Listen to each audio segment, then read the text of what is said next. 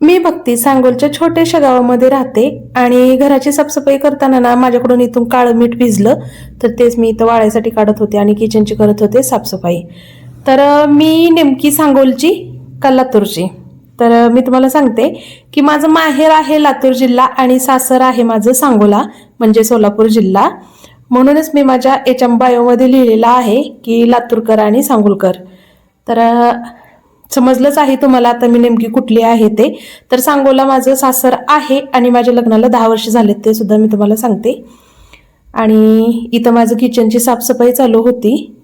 तर सम्राट झोपल्यानंतर ना काय काम करावं आणि मला निवांत तर बसू वाटत नाही, दुपारी झोप सुद्धा येत नाही. तर मी अशी काहीतरी घरातले छोटे छोटे कामं काढत असते. आणि पूर्ण किचनची खिडकी होती ना ती सगळी मी क्लीन करून घेतले. मनी प्लांटचं पाणी सुद्धा चेंज करून घेतलं. त्यानंतर मसाला डब्बा मिठाची भरणी वरून पुसत होते आणि ते अचानक त्याच्यामध्ये पाणी गेलं आणि मीठ भिजलं काळं. त्यानंतर मग आता ट्युशनला जायचं होतं म्हणून संध्याकाळच्या स्वयंपाक अर्धा बनवून ठेवला आणि मग ट्युशनला जाणार आहे. थोडे भांडे पडले होते ते सुद्धा घासून घेतले आणि मग आता निघूया ट्युशनला समर्थला सोडण्यासाठी. तर इतकी गरमी होती, काम करून थकले सुद्धा होते. लिंबू सरबत योजी आज लसी करून प्यावं म्हटलं. आणि समर्थ तर काही पितच नाही. मला माहिती नाही लसीमध्ये मीठ टाकतात का नाही, पण मी काळं मीठ सुद्धा टाकलं आणि साखर सुद्धा टाकली. मस्त अशी 1 कप भरून लसी पिली आणि परत गेले समर्थला ट्युशनला घेऊन. भेटूया उद्याच्या ब्लॉगमध्ये.